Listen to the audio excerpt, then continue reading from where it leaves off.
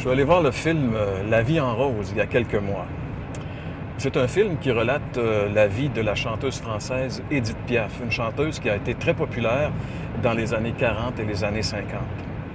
Je croyais la connaître parce que quand j'étais jeune, je l'ai souvent entendue chanter à la radio. Elle était très populaire à l'époque, dans les années 50.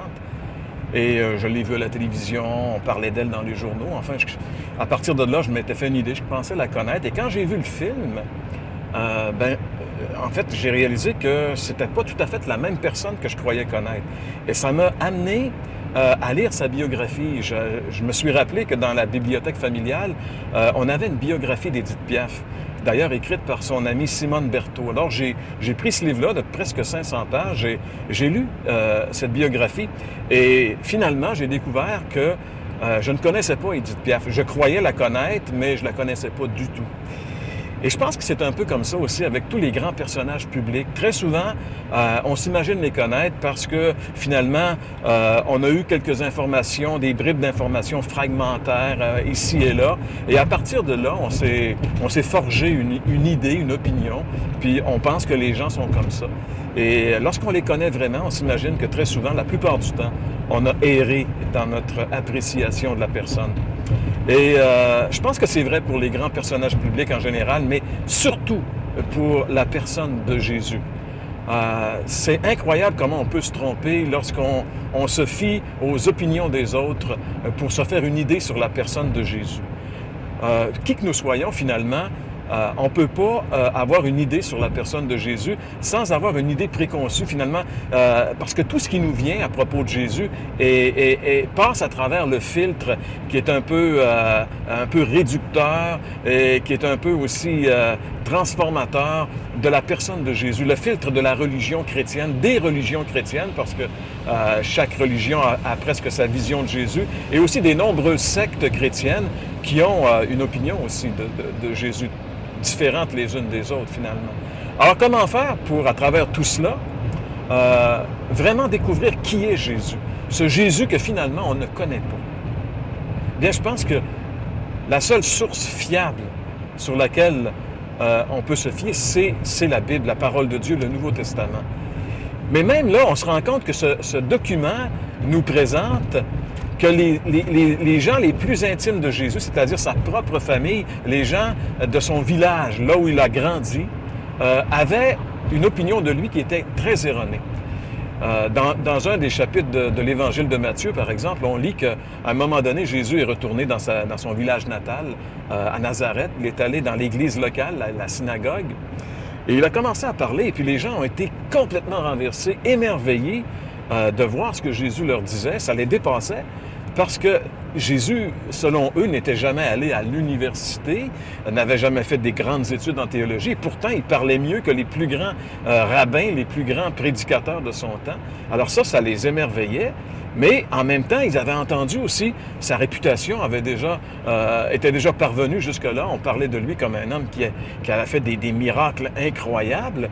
Alors, eux se demandaient, mais comment se fait-il que cet homme qu'on connaît bien, et c'était là leur problème. Leur préjugé était qu'ils ne pouvaient pas s'imaginer que ce Jésus qu'ils avaient vu grandir dans leur village, le charpentier, qu'ils connaissaient si bien, d'ailleurs, c'est ce qu'ils invoquent, ils disent, on le connaît bien, c'est le fils de Marie, et puis là, ils vont dire, c'est le frère de, ils vont nommer les frères de Jésus et même ses sœurs. Alors, comme ils connaissaient toute sa famille, ils s'imaginaient que Jésus ne pouvait pas être autre que ce charpentier de Nazareth, il ne pouvait pas être le Messie. C'était pour eux tout à fait impossible. Et là, dans ce passage, il est dit qu'à cause de cela, c'était une pierre d'achoppement. Ils ont refusé de croire en Jésus à cause de cela. C'est incroyable, mais leurs préjugés, leurs présupposés a fait en sorte que ça les a empêchés de saisir qui était Jésus. C'est un peu la même chose pour nous aujourd'hui, avec tout l'enseignement qu'on a eu de la religion, et également tous les scandales qu'il y a eu dans les milieux soi-disant chrétiens. Aujourd'hui, pour plusieurs, Jésus, c'est une espèce de gourou, finalement, au même niveau que bien des gourous religieux qui a abusé des gens pour essayer de faire de l'argent, alors que finalement, on sait très bien que Jésus, il a toujours donné, et s'il avait fondé une religion. Alors, en réalité, l'enseignement qu'il a donné, c'était de prendre soin des veuves et de prendre soin des orphelins. C'est très loin d'usurper des gens. Et encore aujourd'hui, par exemple, on confond Jésus comme étant... en tout cas, nous, au Québec, souvent, on a parlé du petit Jésus, comme s'il y avait un grand Jésus, un petit Jésus. En réalité, un Jésus pour les petits-enfants puis un Jésus pour les grands. Mais quand on lit les Écritures, on se rend compte que le petit Jésus, ça n'existe pas.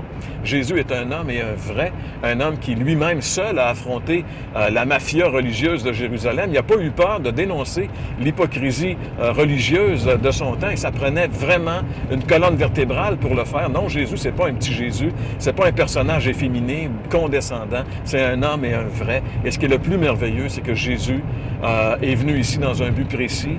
Il est venu pour nous sauver et pour cela, il a dû affronter l'horreur, il a dû affronter les choses les plus difficiles. Il a dû premièrement affronter le diable, l'ennemi des hommes, lui faire face sans lui tourner le dos. Il a dû affronter la croix, les horreurs de la croix, les douleurs terribles. Il n'a pas tourné le dos à la croix.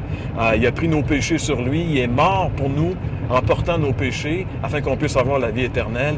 Il est ressuscité puis il est retourné au ciel et la Bible dit qu'il va revenir. Ça, c'est le Jésus que la Bible nous présente et il est tellement loin de ce personnage loufoque que la religion très souvent nous a présenté. Alors, on espère que dans cette émission, vous allez vraiment saisir ce Jésus que malheureusement nous ne connaissons pas, ce Jésus qui demeure pour la majorité d'entre nous un inconnu.